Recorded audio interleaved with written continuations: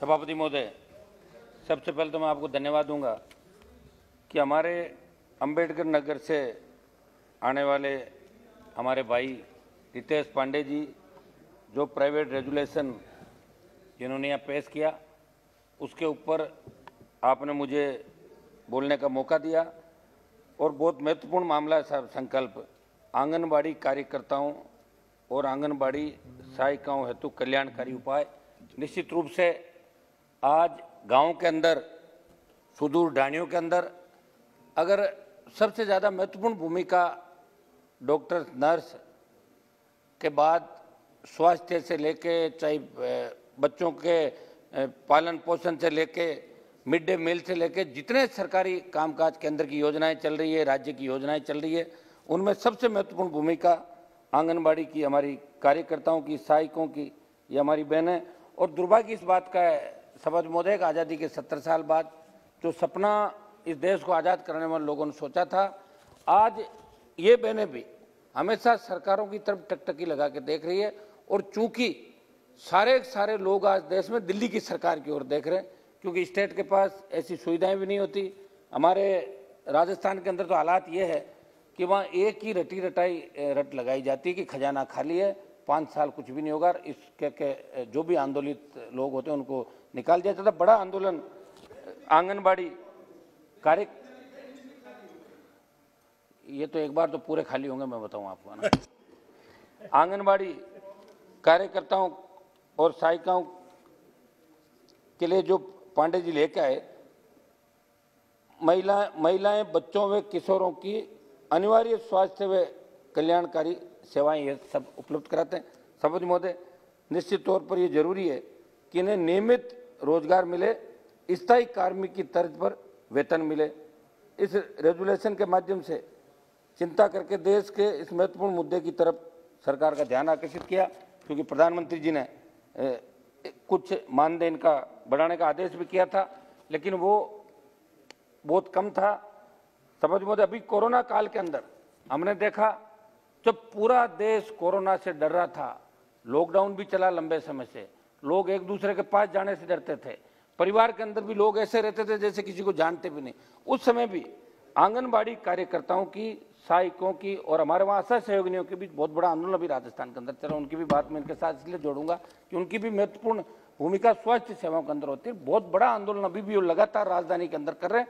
बहुत बड़ी महत्वपूर्ण भूमिका इन कोरोना काल के अंदर इनकी सेवा देखने को मिली और हर समय ये सेवा के लिए तत्पर रहते थे।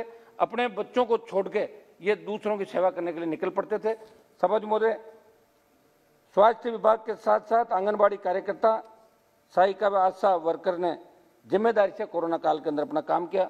अभी राजस्थान में बहुत बड़ा आंदोलन इन्होंने चलाया। इनकी प्रमुख मांगे थी कि इनको संविदा से हटा के नियमित किया जाए, और कई लोग तो संविदा कर्मी भी नहीं है, चाहे जब इनको निकाल देता है महिला बाल विकास विभाग या आशा सहयोगियों को मेडिकल हेल्थ, चाहे जब इनको फ्री कर देते हैं, एक जांच के बहाने गए और अगर मान लो सरपंच है और किसी नेता से पट्टी नहीं बैठती है तो उनको घर भेज दिया जाता है।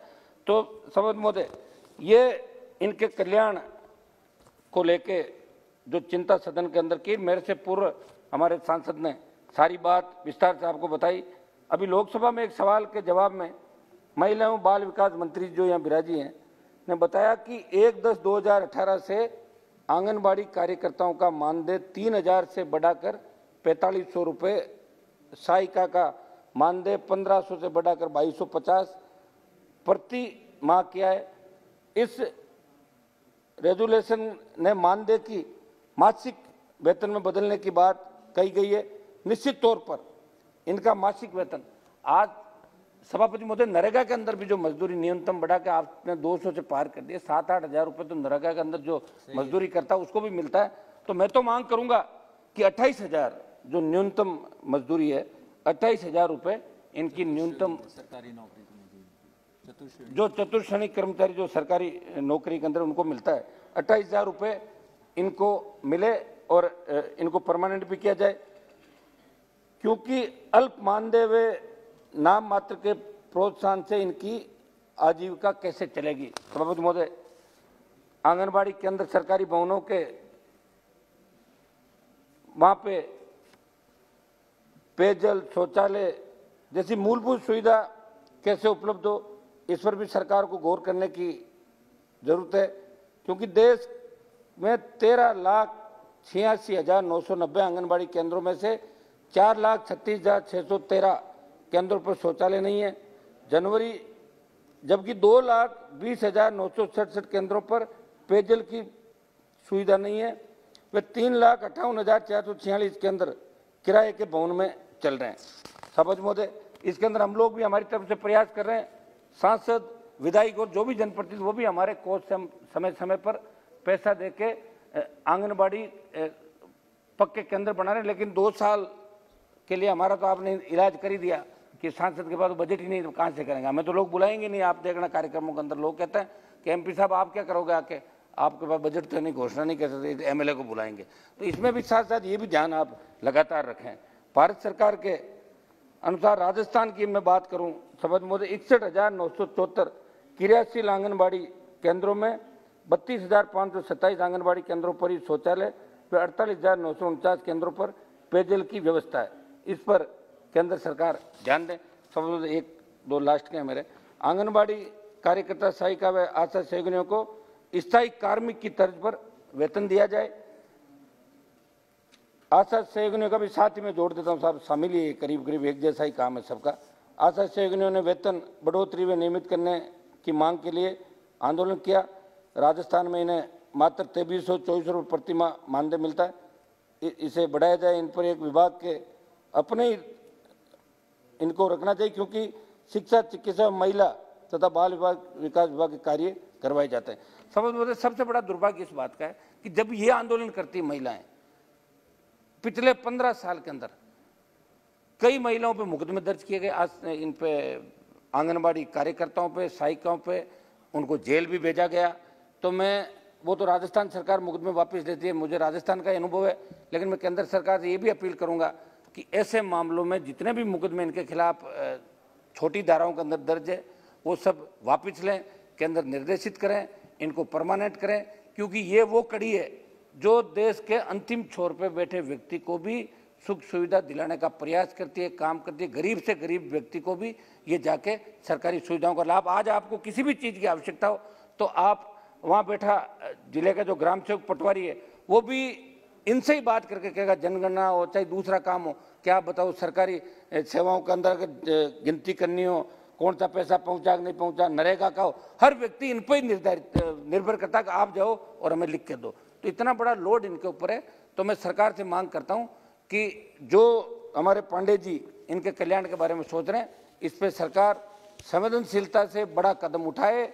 आंगनबाड़ी कार्यकर्ता और आंगनबाड़ी की जो हमारी सहायिका है, इन बहनों का वेतन बढ़ाए और इनको नियमित करे, और महिला सशक्तिकरण की जो नारा आप लोगों ने दिया है उसको और मजबूत करे। वैसे हमारी बड़ी बहन स्मृति ईरानी जो यहाँ इस विभाग की मंत्री है, निश्चित रूप से आप इस बारे में इन बहनों की तरफ देखेगी, क्योंकि भारत जब भी मजबूत होगा जब अंतिम छोर पर बैठा व्यक्ति भी अपने आप को उसको लगेगा कि मैं दिल्ली के अंदर बैठा हूँ।